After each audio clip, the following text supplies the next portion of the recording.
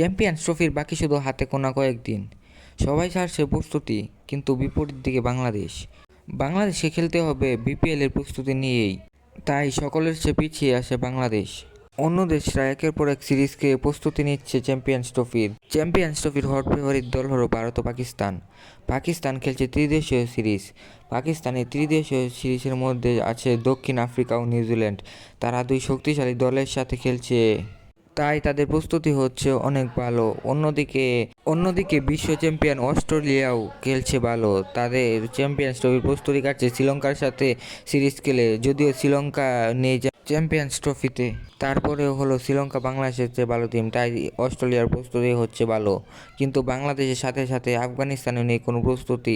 বাংলাদেশ ও Afghanistan last ODI খেলেছিল ডিসেম্বরে, যাতে আফগানিস্তান বাংলাদেশকে 3-0 হোয়াইট ওয়াশ করেছিল। নতুন একটি দুঃসংবাদ হলো ওডিআইতে উড়ন্ত ফর্মে থাকা সৌম্য পড়েছেন ইনজুরিতে, তার কারণে চ্যাম্পিয়ন্স ট্রফি খেলা প্রায় অনিশ্চিত। বিপিএলে শান্তর ফর্ম ছিল জঘন্য, তার কারণে সে কি করে এবারের চ্যাম্পিয়ন্স ট্রফিতে তা দেখার বিষয়।